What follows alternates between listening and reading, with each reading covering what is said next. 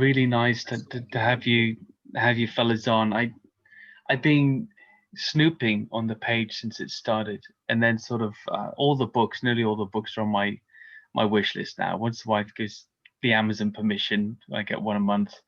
I'm going to start getting them in, and just looking at the Piece of Britain thing, and just intentionally excluding Ireland because having that um, racial history in my makeup as a McGrath or McGrath, intentionally excluding Ireland. I thought it's a different country. It's not part of that remit of what I was writing about. And yeah, I just looked and I really love it. Snooping on the site, loving all the stories, all the little new snippets of information about the lakes and what inhabits them. And I just thought, okay, got to talk to these guys, got to pick their brains and ask them. I was just saying to Rob, every crypto person has one thing in common, if nothing else, and it's that we've all taken being a bit weird to like a professional level. We've decided to write about it and declare it to the world. I think I'm into this weird thing, and I'm going to tell you about it and research it and the rest of it. So what brought you guys? What brought you to this? Well, I think Gary's been like investigating for the last 25 years or so. So I mean, he's the best person to give you an overview on that. Yeah, I have. I've been pretty much interested since I was about 5 or 6. And the World of the Unknown Monsters, which is still actually. There we are. Love it. That's my copy, and then it was really Graham McEwan's The Mystery Animals of Britain and Ireland. I became fascinated by the stories of those, of lake monsters, for want of a better phrase, in the more remote parts of my own country. So started researching it properly in about the mid-90s. Probably about 25 years, 26 years. I went and visited the places like Donegal, counties Donegal and counties Mayo and Galway. And particularly so County Galway with the Connemara region, where there have been the majority of the reports, certainly the modern day reports after the 1900s, and just became fascinated. I've been going at least once or twice a year, maybe sometimes 3-4 times a year since then. And then, myself and Rob got together about 2012 through a bit of just bit of good fortune, and for want of a better phrase, that old sort of mysterious ancient university called synchronicity, and we got together and we've done research trips, sort of mini expeditions, about 5 times now, 4 or 5 times since 2013. So, but I've been fascinated by it. I've read everything I could. I've interviewed as many people as I can, and I've become good friends with a lot of people, particularly in Connemara, due to the phenomenon. So it fascinates me and enthralls me, and I'll never ever tire of it. I feel the same, especially with lake monsters, more than anything else. One thing I wanted to ask you guys, actually, and especially in regards to interviewing witnesses, I'm always trying to think about what is the one factor, what is the one attribute that each one of these witnesses displays in the retelling of their story. Like for me, normally I'm looking for a mundane detail that doesn't belong in the story, but they can't forget. So showing they've had some sort of, I call it traumatic, but a fixative encounter that they can't forget. Every single detail is always there. But what's the thing that you guys normally looking for when you're taking accounts, interviewing witnesses? Well, I think you usually get an idea of, whether these people have actually seen something or not. And I think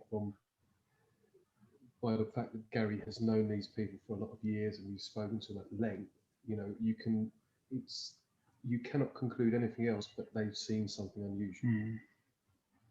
They're not mistaken. They've seen something that they can't explain. It doesn't mean that it's unexplainable, but they are honest in what they've seen. Yeah, it's definitely their honesty and the fact that they don't really they don't make whole sort of a big issue out of it as such. It's sort of a lot of the times, a lot of eyewitnesses, particularly in the west of Ireland, are very reticent. They're very, don't even want to speak about it, and it's that shyness, and it's sort of it makes it more believable. I guess that's what it is that gets me, and there's actually an eyewitness in Connemara who I have only spoken to once, and a good friend of mine in Connemara, who's the librarian in Clifton, who myself and Rob would know. I've known for a long time, Paul Keogh, and Paul spoke to him just by chance in the library, and just happened to talk about lake monsters, and he said, "Oh yeah, myself and my dad were up in a remote mountain lake, a loch, as they know in Ireland, just spelled differently from the Scottish version." I said, "Yeah, we saw this animal. We're up, collecting, cutting turf, and we saw this creature, this long hump, which they described it as the size and shape of a pucan, which is an Irish rowing boat, which was found around the west of Ireland." And he said it was the same size and shape. Watched it as the sun was setting, crossed the loch, left a trail of slime, interestingly enough, behind it, and that was it. And never spoke about it again. I have his contact details. I've tried to speak to him. Doesn't want to know. It's spoken passing, and it's the fact that he doesn't want any publicity. And that's look what that's a happens prime to example people of it. sometimes when they get publicity. I mean, Loch Ness is a good sign of it. I've talked to a lot of witnesses who just say, "I'll tell you if you keep it anonymous. I'll tell you if you," and the Bigfoot's even worse, but the lake monsters as well, rural focus especially. I guess there's reputation. If you live in the village and then suddenly you've seen a monster, you've got to wear that, haven't you? With all your friends that you've known for 40, 50 years, and suddenly perhaps you're the guy's a bit strange, or you've lost your marbles, or you're seeing things, or hitting the bottle a bit too hard. Yeah, there's especially in the country, because my dad and a lot of my relations, my dad's born and bred country, and he's a sheep farmer, and I still help him. I've been helping him the last 5-6 years, and it's that those country people are there's no nonsense with them. There's no waffle. It's told like it is. So if you tend to go off, on a certain line of thought or train of thought, you aren't going to be taken seriously. It's a real pragmatism. Yeah. And it's not as in it's just a no oil nonsense. Don't talk oil rubbish. Don't and don't go into flights of fancy. Yeah. So it's that. So yes, it is. It goes back to if you're in the west of Ireland, but it also and you can't lose face. But there is also the fact that those people in the west of Ireland are more susceptible.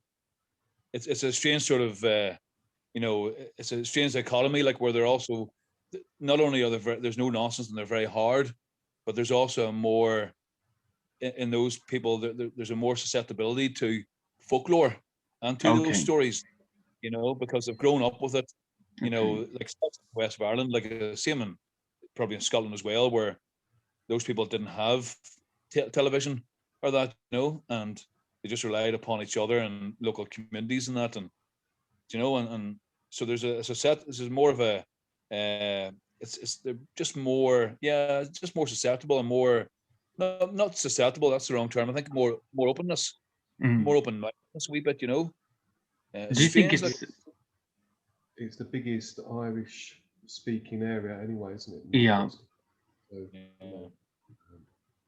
So some of the old folklore is maintained itself. I found that in parts of Wales where I grew up, where there's Welsh-speaking populations, Scotland too, and the Highlands, but also a place like Iceland, for example, which is isolated and has kept a part of its folklore alive. I always said to people that I have an Irish family, that my view of Ireland said that still entertained folklore as a possible reality. Not that they believed it, but it was a part of everyday life, still to this day. Yeah, well, you had that in Ireland. You had the Shanachai, who was the traditional storyteller, who would have went round, country, in around the villages and in around colleges, and he told those stories, which were passed on to him by his father and his grandfather, and that was particularly prevalent in the west of Ireland. So, and that was a real that was the real sort of a big event. You know, children were supposed to be in bed. You know, it was only the adults around the fire. You know, tea, maybe drinking a bit of poaching, and or having a Guinness, and it was just, you know, having a drink, and it was. But the Shanachai was a real big event, so that was very prevalent. So that has unfortunately become very. That doesn't really exist anymore. You know, there are still some people who would still probably term themselves as Shanachais, and there is one man still alive in a place called Letterfrack in Connemara. It's called Paddy Fitzpatrick, who is in his nearly, I'd say, in his 90s. And now I have still to speak to him, but he's very into that whole, not only the folklore, but also the water horse, you know, the Akishka in Irish, you know. And of course, the thing about the water horse is that, you know, it's shared with the rest of the Celtic kingdom, so Scotland, but it's also Scandinavian as well. So it's a common thread amongst all those people, and it's obviously also a fact that around the 9th or 10th century, you know, when the Vikings and the Scandinavians came and settled in parts of Scotland and Ireland, you know, that you see this sort of tradition of the horse first sort of make yourself notice. It would make sense to me. I suppose with the movement of peoples during that time, and they also had a kingdom in the east of Ireland, didn't they? So that would make sense that would stretch across. I think it's really fascinating, especially the names. And in my limited research on Irish lake monsters, obviously I've heard of things like Pierce, and I hope I'm saying this right. The Doherty, is that right, or is it Doverhy? Doverku, is it? It is Doverku. Okay. That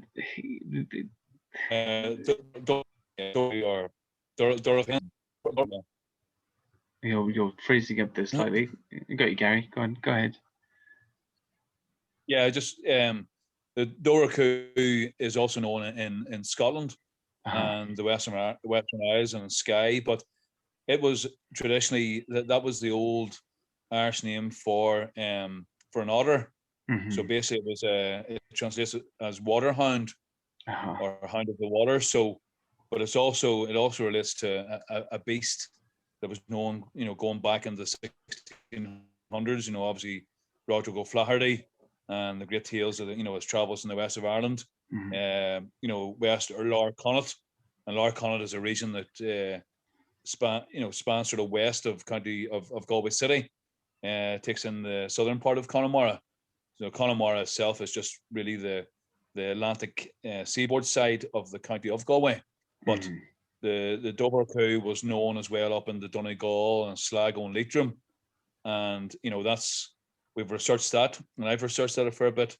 And it does, there hasn't been an actual beast as such, or an unidentified creature. Loch Monster is really basically it's sort of like a composite animal where it's based on large or really like a burnt sort of like gigantic specimens of the normal Irish otter, or ones that have unusual coat patterns, colors, and it's all been sort of entwined and interwoven within folklore. And that Doverku is now the beast that people talk about. Is really actually just I think a composite animal, a folkloric animal, but it is based on genuine sightings. And the interesting part about that, from basically a biological point of view, would be the giantism, the really big specimens. I mean, some otters in Ireland have been said they've reached over 6 feet in length, even up to 7 feet. So that's where that whole thing comes into play. I mean, it is interesting. Go ahead, Rob. Sorry. There's certainly anecdotal reports of otters, 6.5, 7 feet in the historical press. So, so it wouldn't be unusual for every now and then a rather big specimen to, be there, which could cause obviously a bit of, be out of the ordinary sort of thing. It makes So it sense to doesn't. me. An outsized animal, existing in an area, and for whatever reason, genetic reasons. I mean, we know that the Amazonian otter grows to 6 feet in length or more. Now, it's not the same species, but it is possible within the genus of that animal to get to that size. So it's not really Yeah. outside of the realms of possibility. I did read a little bit. You've written about that before. I don't know if it was one of the comments on your page, but I thought that's a good answer. Essentially, are we looking at points at outsized versions of animals seen in unusual settings, like your seal serpent idea as well? How far does that stretch across? I mean, on times when I've seen grey seals, perhaps in around the coast and Cornwall, places like that, it's a big animal. It's surprisingly big Yeah. when you see it up close. And if they were diving to the surface there actually. If one of those had popped up next to me, I think it would have given me a fright. If I was Yeah. I if know. I was unaware of its presence, because it's a big animal, and I do Yeah. wonder how often in our late monster tales do we encounter something like that that just catches us off guard. And I noticed that you kind of deal with that, so to tell us a bit about that. Yeah. Well, we didn't really. I was the whole thing about cryptozoology, and if you look at the sub sort of discipline of lake monster research, I was always sort of would have been influenced a lot by other researchers, and in basically in Connemara and the west of Ireland, I was under the impression that a lot of the modern day reports were basically based on primitive whales and archaeocytes surviving. And it wasn't until myself and Rob got together and we collaborated, and the more and more we looked at the anecdotal evidence, and then just looking at the physical descriptions, that a seal like a pinniped, not even or more so really an otarid, like an eared seal, as in a sea lion, would have been more responsible and would have been more suitable as a candidate for those reports. When you look at some of the details, they can be all attributed to pinnipeds. And it's really fascinating when you look at those reports from Connemara, in the 50s and 60s, like the rolling about on the loch shore. I spoke to, Darren Nash about it, and he told me about it. He said, look, Gary, pinnipeds will slough their skin to get rid of unwanted dead skin. That's right. And maybe external parasites. A forked tail can be attributed to the shape of the hind feet, as in pinniped is Latin for fin foot. So you have that. You have even surprisingly, even modern day, it's kind of a lengthy neck. Look at the leopard seal, for example. Look at sea lions. We have that in our books as well. Even the coloration, even the small ears or horns, sorry, can be attributed to that. The open mouth, the curiosity against, with say dogs like sheepdogs, and people, and also the surprising, the maneuverability, the speed at which a lot of those animals, especially Loch Narrowan, which is actually one of the most famous in the world, and it's actually recognized as being the best and most detailed lake monster sighting anywhere in the world, anywhere. It happened in the west of Ireland, February the 22nd, 1968. A Tell us family of about that 7. one. I've interviewed, sadly, 2 of them are gone, and they watched it and they told me, like, both Stephen Coyne Senior and Junior, who are both deceased, told me about the speed at which that animal moved across the small loch. They said, look, that the speed it moved across from one side of the loch to the other, which is only small enough, but it's still about 200 yards in length, was the speed it takes to click your fingers. And that's all. That can be all attributed to pinniped. Even the shock at seeing something like that. In the west of Ireland, and that's where we explored through Rob's amazing research, was the accounts of the escapees, and Rob will tell you more about that. So it's just fascinating when you put it all together like that. It Yeah, does make sense. I think what you have to remember is if you've got a body of water that's been associated with, for instance, a water horse or some other legend. Now we know that there's hundreds and if not thousands of lakes in Scotland and Ireland that are supposed to be inhabited by these animals. Now, obviously, they don't exist because we would have seen them by now. But there is a tradition, for one reason or the other, about a water horse or some other superstition. And if a seal or a big otter is seen by somebody in one of those lakes with that reputation, then obviously they've seen a monster. You know, that's how your mind will work, because you wouldn't expect to see something there. But what Gary was sort of alluding to was that the surprising thing we found in all our research was that it wasn't just indigenous seal species that could be found around Europe. You know, we brought to light the fact that probably over the last 100 years, maybe a dozen, 2 dozen sea lions have escaped captivity. So from zoos, circuses, private collections, or were deliberately released before the World Wars. And there is historical documented evidence that a number of these animals have escaped. We've never seen them, we've never found remains, but they have escaped. But if you look at the morphology of a sea lion, which could be 8 foot long, stand 5 foot high, got quite pronounced head and neck region, because that's where its propulsion sort of comes from. If you were sort of driving along a lake in the middle of the night and you saw an animal that big and that shape come out of the water, you may well think you've just seen a plesiosaur or something. And there are reports of apparent sea lions in Ireland as well. So if we have, in the absence of an animal that we can say definitely causes those things, then it has to be a case of mistaken identity and throwing a few exotic species as well. I think it's a very it's a very interesting theory. Having seen a sea lion up close swimming in the dock when I was in the US, just kind of cruising around, seeing if anybody had any scraps to give it. It was intimidatingly large, really, really was. And of course, you know, we see these things on television, and like all wild animals, when you get up close to them, it's not the wondrous experience you expected. You're rather fearful, you know. And the other thing is that, you know, back in the 20s to 30s, you know, if you were, you know, back in the 20s, 30s, in the 50s and 60s, to some extent, in very rural communities. Oh, sorry. You may not know what you're looking at. You know, so very true. That adds to the mystery and the. Yeah. But there is also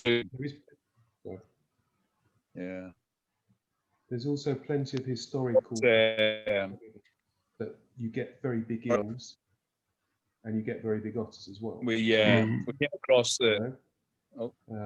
And that's the sort of mystery that's come out of the research. You know, are these particular species, or do they, as I've said, you know, every now and then you just get a big eel and you get a big otter. And would that be, Rob, would that be your explanation for all the sightings? Is that what your research has led you to? I think if you look at, as Gary said, Loch Narrowan, where a family of 7, sort of, or 6 or 7, witnessed an animal for 3 hours. And Narrowan is about, what, how wide is it? It's not very wide. It's about, what, 100 yards? You know, there's no way anything can live in there. Is there an inlet, an outlet to the sea? It's a very tiny passage. Deep or shallow? Very shallow when we saw it, but it could have been different back in the day. Is it, sorry for a question, is it a rural path to the sea, or at nightfall would it be in total blackness? Could there be an opportunity for land excursion, or are there people around? No, it's pretty remote. Okay. But it, you know, I mean, so unless an animal would come in, as I said, you know, in there, then. But if you look at a lot of the other lochs in Ireland, you know, with this history, again, they're so small. And the same with Scotland as well, to a certain degree. That, you know, it has to be animals coming in. Well, even Loch Ness is small, if you think about it, to scale as some of the lakes in the world, you know, 25 miles long, 1.5 miles at its widest. Okay, a lot of it is obscured from public view, actually, when you get there. But still, at the same time, even as a deep body of water, it would be hard to miss something that was there all the time. That's my opinion. One of the biggest, one of the biggest things about the west of Ireland, and particularly Connemara, are the multitude of lakes, of lochs. Ireland ranks, I think, one of the top 5 countries in the world for its size, for the amount of lochs. We obviously have Russia, Canada, and Finland, and Sweden. But Ireland's up there as well, because remember, Ireland is a small enough country, and there are over 1,000 lochs. Wow. So where you have the big, deep bodies of, and the big, deep, long bodies, inlets and sea lochs, and lochs like Loch Morar and Shiel, and Aughey and Ness in Scotland, you have like countless of bodies of smaller bodies of water in Ireland. Cunningham has over 300. So it's the accessibility and the fact that they are on.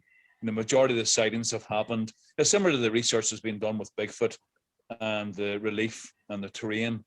They've done it in Vancouver Island. They've done it in the Pacific Northwest of the United States, and it's the same sort of thing. Like the majority of sightings have happened where the lochs are, and actually where it's remote enough and beside the Atlantic part of Ireland, on the west coast. But it's interesting. We're talking about seals. It's interesting because we came across through another good friend of ours, good researcher, and we came across the recordings that from the expeditions in the 60s, from the Loch Ness Investigation Bureau. Fantastic. We listened to them. We transcribed them. Yeah, they were previously unreleased, and excuse me. There's a guy called Paul Welsh who lived at one of the lochs called Loch Anna. And Loch Anna and Shannahever are very famous within Irish lake monster research because of Tom Joyce. So I don't know if you've heard of him, Andy, but there's lots of sightings have happened there, and we've came across unrecorded sightings. But anyway, yeah. Sorry, what was it? No, I was just going to say yes. The interesting thing was, but one of the interesting things was when we came across the recordings, there was a sighting by Paul Welsh talking about an animal on Loch Anna, and he was out in their own boat and all the rest, and they saw this unusual animal, and they've seen these things before, and it actually, from his description, it actually sounds like a common seal. The only thing that's slightly different is he said it has small ears, but in all intents and purposes, he describes a common seal. And obviously there's only common seals and grey seals, the two pinnipeds found around the UK and Ireland. So, so that's interesting in itself. I mean, my question would be, for most of these lochs and lakes and lochs that you have sightings in, always my question is there an outlet or an inlet from the sea? How long is it? How deep is it? Are there turbines and power stations along the way? If an animal had to get out, like a seal, and get back in to make this journey, is it rural? Is it black at night? Then, what exactly would it take to get in and out? We know with Loch Ness, for example, that seals do get in there from time to time, but they clearly come from the River Ness side, and that's quite urban for the most part. But at night is still night. A seal could sneak in there, but maybe not a 40-foot long. Yeah. 1930s, maybe that sort of confused things a little bit, perhaps, who knows. I mean, it's difficult trying to, I mean, you have to rationalize it, basically. You cannot sort of create monsters for the sake of monsters.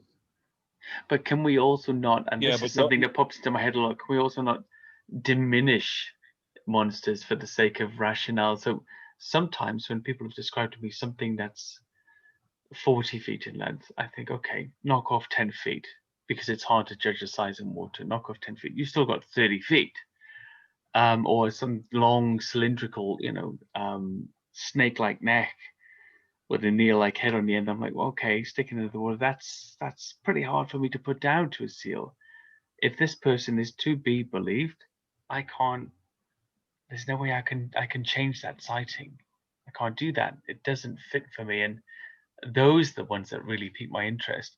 More and more as I go along, I'm finding myself wanting to be more skeptical, to exclude as much as I can, to get rid of the dross and be left with the real deal. What's left, what cannot be disputed as far as monster imposters are concerned. What's your opinion on that? Is there a hope in you, or does the rationale of the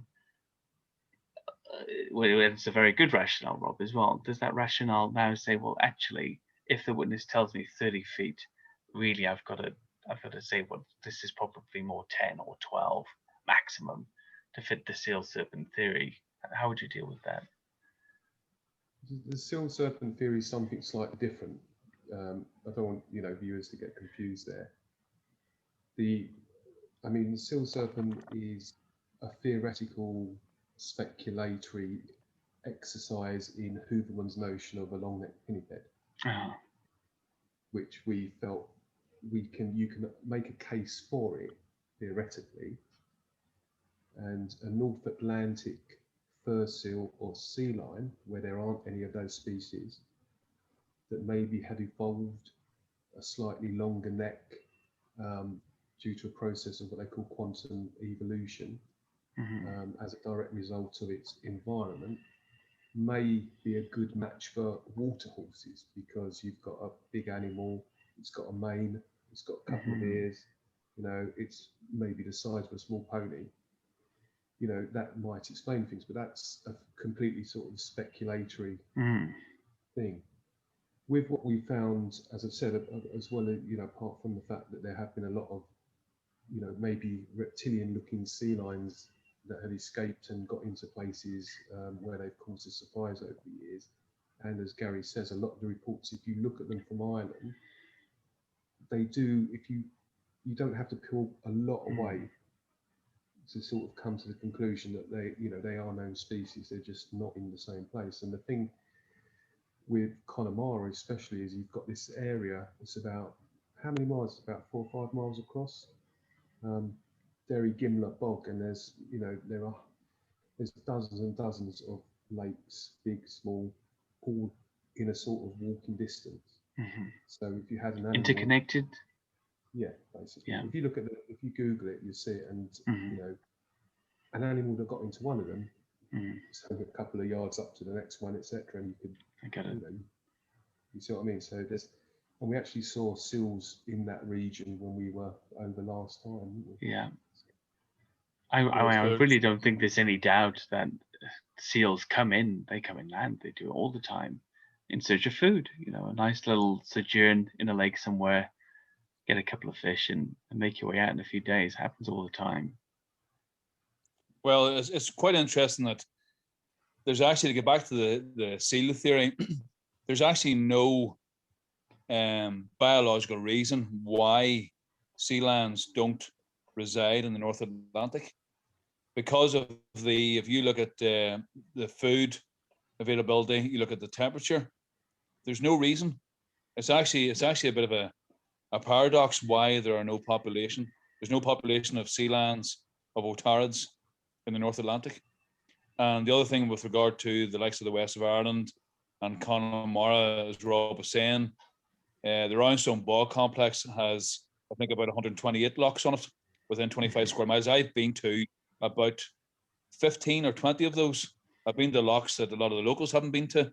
It's very dangerous. Rob will tell you, I'd be quite, adventurous, and it's nothing would bother me. But there are farmers who have drowned in those locks because they're isolated, and they're after sheep that they've lost, and but they are all connected, and it's the fact that it's the proximity to the Atlantic Ocean, and at night time, it is a veritable wilderness.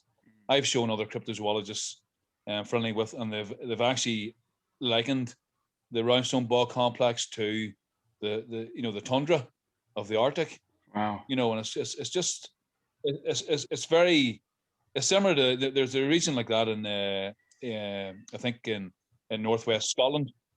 There's the lake. It's like a bog or a huge. It's near Sutherland or somewhere, and it's probably bigger. So those regions do exist, but to go back to the whole thing about pinnipeds in the North Atlantic, it's interesting that belief, from going back from and you have Scandinavia, including Iceland, Norway, you have Scotland, you have Ireland, that's all one region in the North Atlantic, so that in itself is fascinating. Why is there that belief? Why are those sightings still happening? Why have they happened?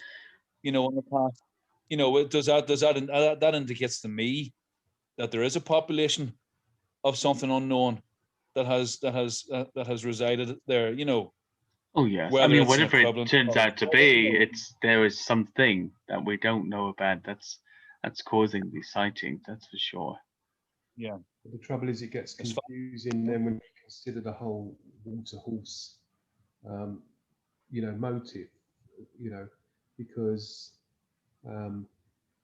as I said, it seems to have sort of formulated around about the 9th or 10th century in Scandinavia, Scotland, and Ireland, and even folklorists, you know, they've even identified different types of stories associated with it. So you get one that's common in Scandinavia, one that comes from Ireland, a couple that come from Scotland. So there was obviously some sort of widespread belief, probably before the peoples migrated and became, you know, Scandinavians, Germans, French, whatever. Yeah. It's very difficult to unravel that, and you also have to respect the fact that it could, at the end of the day, you could also be just talking about, you know, a story to warn you against the perils of water. Well, I mean, most folklore exists for that very, very reason, and you see it in all, for want of a better word, archaic cultures that have still retained some of their former beliefs, whether that's in the muscle memory of the culture or an active belief like you find in Iceland. Yeah. And I had an interview recently with a chap in Vancouver Island about the Zuniquar and the Bukwas, and we were discussing the way in some Celtic societies, like the ones I've grown up in, the one you're from is Gary, some of that it still exists. It's hard to extricate the true details out of that folklore, but there is truth in it. But it's mixed up with spirituality and culture and history, and so it's, you know, which bit is real and which bit isn't.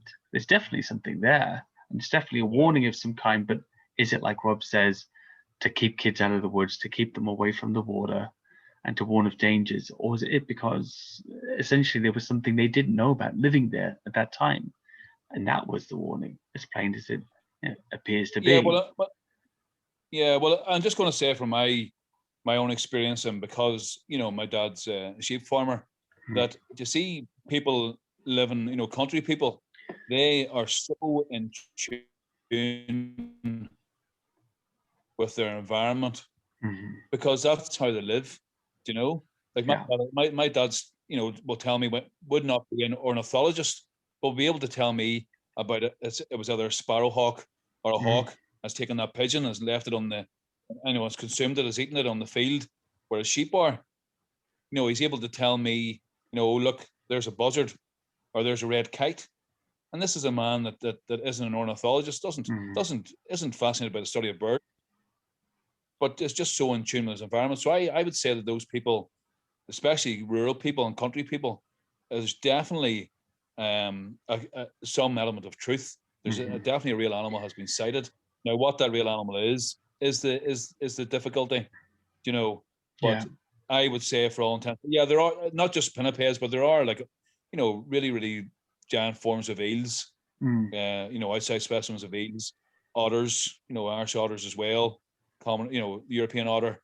There's also probably, you know, deer coming across, swimming. You know, there's a lot of misidentification. Large fish as well, particularly pike. Do you have catfish there? I mean, it is interesting. There's no catfish as far as I'm aware that have been. No, there's never been any real. I think there's a few, yeah. Might be one or two. But it wouldn't be very prevalent in Ireland, sure, wouldn't, Rob? No, I think there's, you know, because they weren't, as far as we know, they weren't released. Yeah. There, as they were in England, but I think the evidence for Ireland there isn't. Yeah. Yeah. I mean, even here, Rob, there's not a lot of them actually, considering, but they are becoming more frequent. That is interesting to me, Gary, and I think as well.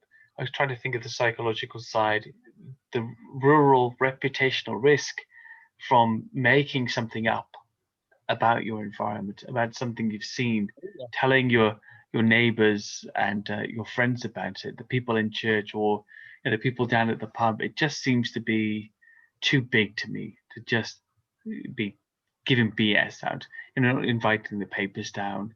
You're not making up stories to get fame and fortune, because that simply isn't what happens when you claim to see something unusual.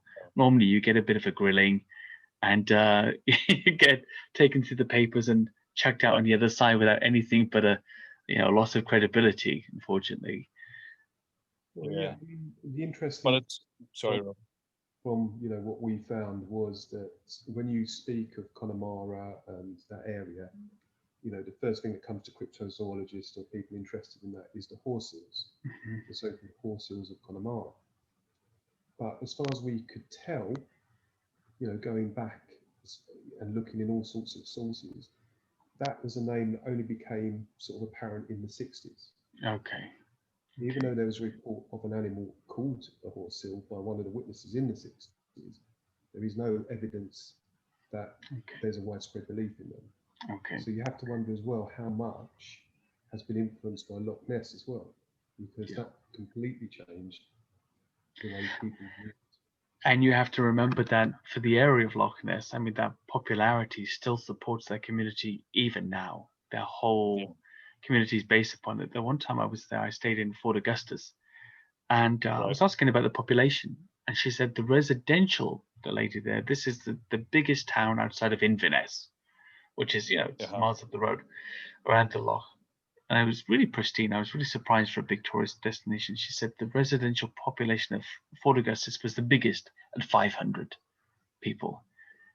And there's 500 people on my street. Oh. It's at least 500 on my street. Just Jerusalem, and that's incredible.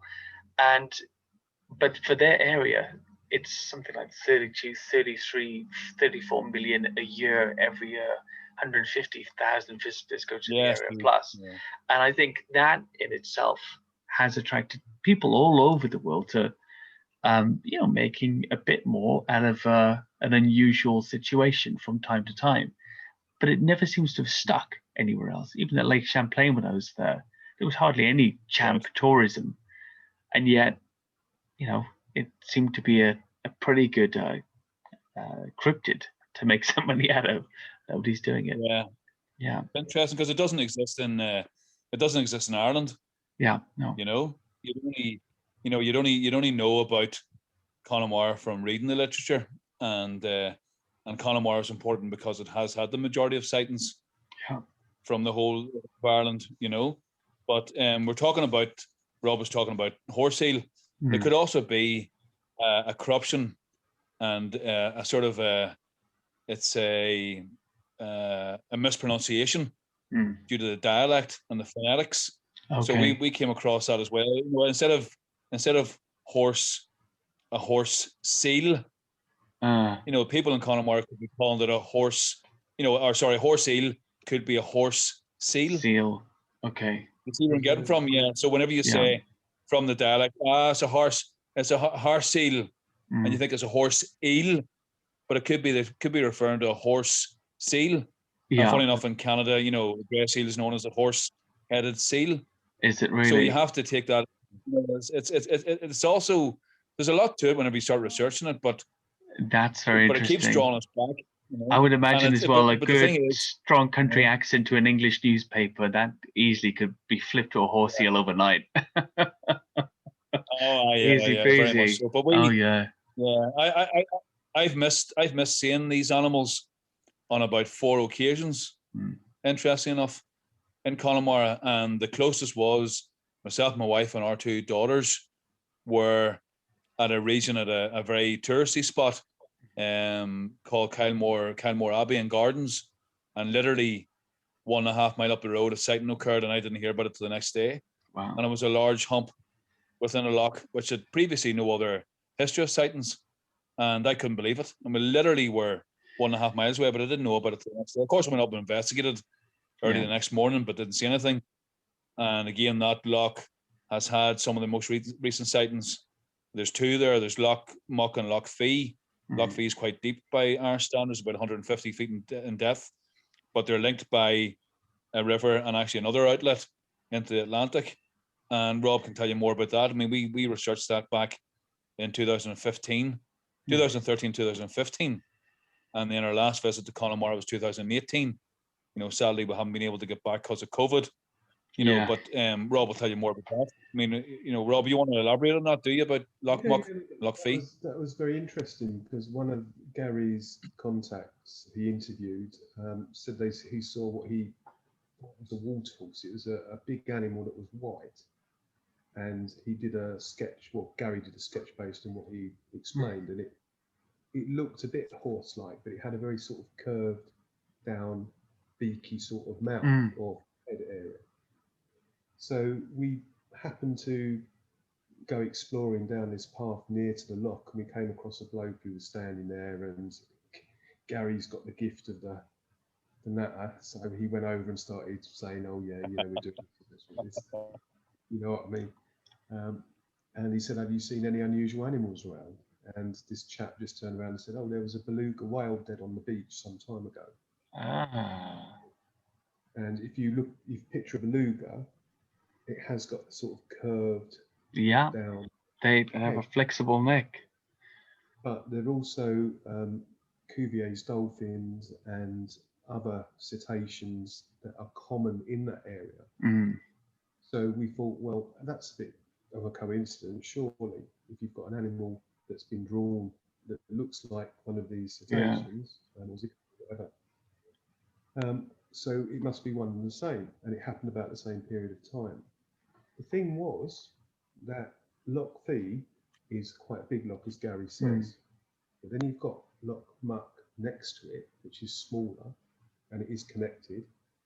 And then from Loch Muck to the sea, you've got a sort of winding, a couple of entry points, if you like.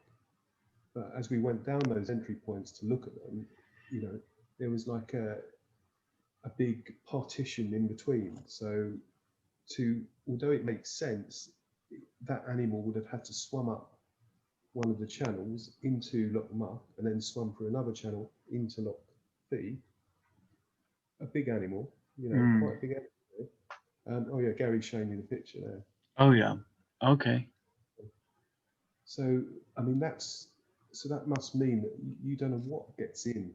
If it's possible for an animal like that to go make a pretty big journey to get into a place and cause a sighting, then Beluga whales, they're very used to tight spaces as well. I think up there in the Arctic with the ice flow and all the little tight spaces, they got to maneuver through rivers and the rest of it. We had one, Benny, the beluga whale, living here in the Thames for about 8 months. Oh yeah. Just stayed down there in the Thames estuary near Gravesend, seen by a lot of people. I went down there 3 days non-stop on the water in the very patch where he was feeding and living. Didn't see him once. Not once, not a blow, nothing. Okay. Spent 3 days, and I thought, well, this is a very finite body of water, and yet I can't find it. And that just goes to show that it's difficult to spot animals in the water. I think a beluga whale, that's especially since it was found dead, that's a perfect stand-in for that. Where there's an inlet, in my view, where there's an inlet, whatever, to the sea, it's unobstructed. Yes, they could definitely be monster imposters, but I also have my itinerant Nessie for all these lake monsters theory that they come in now and again. They come in for feeding, or one of the things I discovered when looking at Loch Ness was that nearly all of the sightings that were not mid-loch were next to Inver villages. Inver meaning river mouth, and of course with the eel runs and the salmon runs, there's a great place to get food that's kind of suddenly startled. Those fish come out of that river mouth into the deep water and Statch, there you go, you've got it. I also investigated Lake Windermere for Bow Nessie, and nearly all of the sightings were in the north of the lake, right next to the River Rothay, where there was a trout farm. And once again, I just thought, okay, well, what would an animal do? Look for a good feeding spot, right? There was a salmon weir in Loch Fee as well, wasn't there? Oh, really? I mean, there's so much salmon up there. It would not surprise me. If they get in somehow, in Ireland, when the feeding is good. But I don't think that can apply to some of the lochs in Ireland, because some of those lochs used to have a rich tradition of sea trout or the white trout. So sea trout and salmon, but some of those lochs don't have that. They don't even have those populations of trout in them anymore. So I think that it's more with maybe external parasites, and also pure pinniped curiosity. Yeah. That those animals, and they could be ostracized from a main group. There could be immature males. There could be, maybe sick or dying, or something that's unhealthy about them. And that's why I think, and I often wondered about was there a pattern with sightings up around that region of the North Atlantic? And did it mean that, were sightings sort of very sporadic? So was there, but in the sense that there was still a pattern. So maybe was it every 5 years we were seen in Connemara, and did they go around in a migratory route, from Scandinavia, Norway, Iceland, Scotland, west coast of Ireland, and back again, the North Atlantic? But the food supply does make a certain amount of sense. But whenever we started, when I've been researching the whole thing, that particularly Loch Anna and Loch Shanahever, which are two lochs, and there's a third loch called Glenbricken, and those are south on the Westport Road out of Clifton, which is the main town in Connemara. It's often known as the capital of Connemara. And those, they have had at least about 12 good sightings in those three lochs.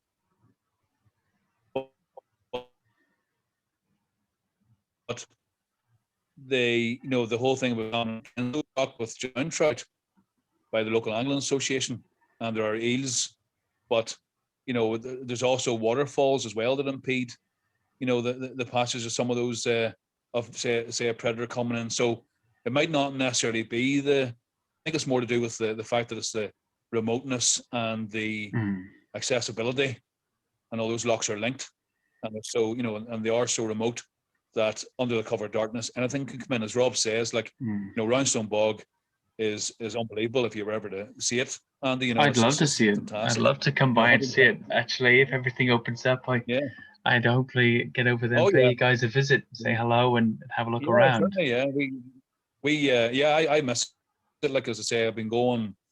Myself and my wife would have went as well.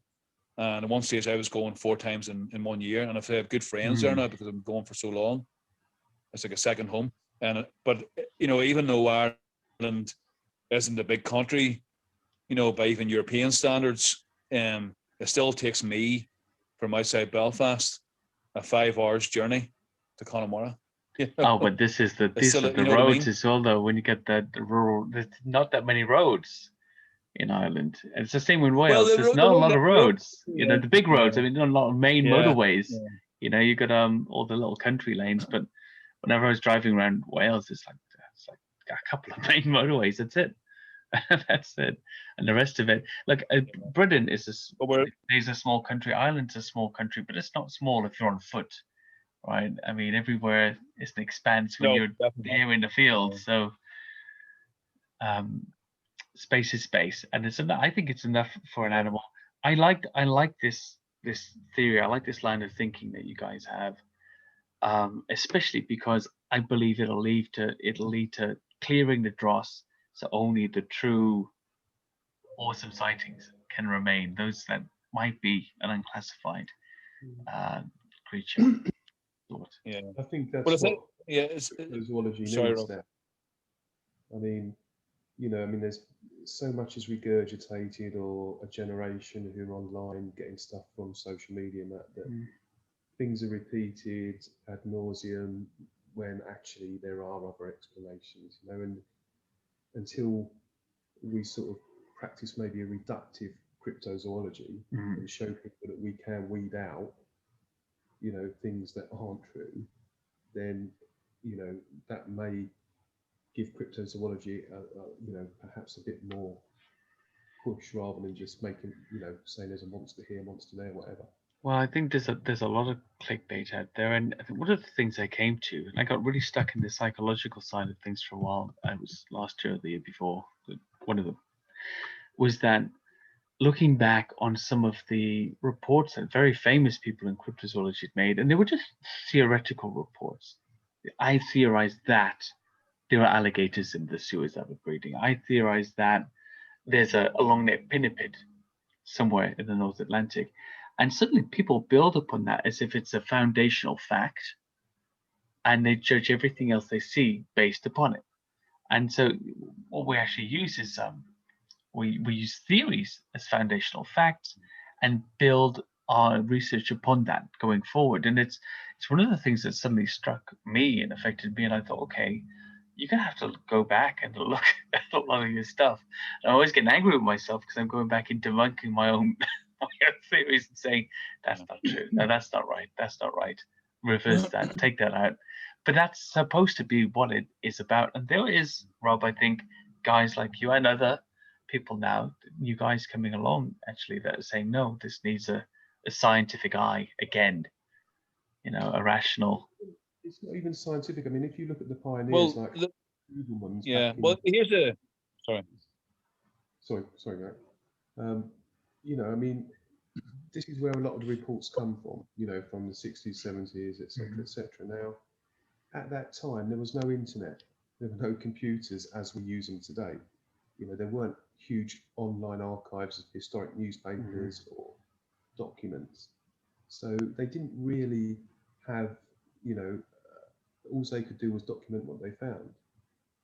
And that tended to get repeated and repeated, which is fine into the 90s. But when you get to the late 90s and where we are now, there is so much information you can check and verify, rather than just regurgitate it. And I think that's what we have to do. From reports of bunyips in Australia, there's alternative explanations which are in the next issue of the paper, if you like. So you have to go back and look at these things. I think that's good. Makes sense. Well, here's something to think about. There could be the fascinating possibility that due to global warming, that the Northwest Passage has opened up and become free of ice for enough time, during enough time of the year for a population of, say, stellar sea lions to come across and explore new territories. That it does still, from a zoological point of view, it is still fascinating, and it is a big paradox why there are no, Otara's eared seals in the North Atlantic. There's no valid reason for that not to occur. I think that's maybe, the same. Maybe it doesn't. Maybe it does occur. Maybe it doesn't occur because it actually does occur. That there is a population, and though that population has been undiscovered, and that has resulted in those animals, the folkloric, the animals of folklore from that part of the world, Scandinavia, including Iceland, Scotland, as in the water horse, and Ireland, as in the Akiska and the horse seal. So maybe that's that's where maybe, and it just haven't been discovered properly, because there hasn't been the willingness, the acceptance to say, look, this could be a problem. And it obviously boils down to funding, and even just from the going. But I mean, there's probably a couple of species of ape in Southeast Asia we haven't seen yet. But there are. I mean, they're finding them all the time. Yeah, a couple of whales that we haven't seen before. Maybe dolphin, etc. So there are things out there, but you have to take a rational and sort of pragmatic and logical approach to what has already been. Rob, I think it's I must say that I think it's refreshing, it's reassuring, and I think if there is something, let's say, slightly more exciting out there to find, that's the approach that will find it. That's the approach to find it. I think we'll leave it there, but I'd just like to say, thank you so much. If I do get a chance, if the if I don't know who your prime minister is anymore, but if they open up Ireland and they let us across to infect you guys, we'll come across with all our germs and and have a look at those lochs and lakes. I would love to be there. I've only ever been to Ireland a couple of times on the east coast, like all the Brits do. Yeah. all the regular places. The West Coast is something that's been in my mind for a long time. So yeah, it would be fantastic to come over and say Oh yeah, hi. yeah. And I advise anybody listening, get the books, look them up online, get the books. The Seal Serpent is a great book. I've got a great list here actually of all the books. The Irish Aquatic Monsters Survey and Definitive Guide, Field Guide to Irish Aquatic Monsters, Munster, Ulster, Connacht, Galway and Connemara, and more to boot, all reasonably priced. So check them out. They are fantastic. Yeah, I mean, the field guides are really a breakdown of the main work, the definitive guide, and that was just because we know there were people out there who haven't got an interest or background in cryptozoology, but if they were tourists or people and they were familiar with some of the legends, they might come across something that, you know, they could let us know about, you know, something we haven't found. So, but yeah, the two works of the Seal Serpent and the definitive guide, basically. I would imagine they have these handy little maps and lists of sightings inside as well. So, you know, if you are in that area and you want to find a monster or even an unknown seal or an errant sea lion harassing people in the country of Ireland, then check them out. Gary, Rob, thank you so much for coming on. It's been awesome. Yeah, you're very welcome. Thank you. Thanks, Andy. Thank you. Bye.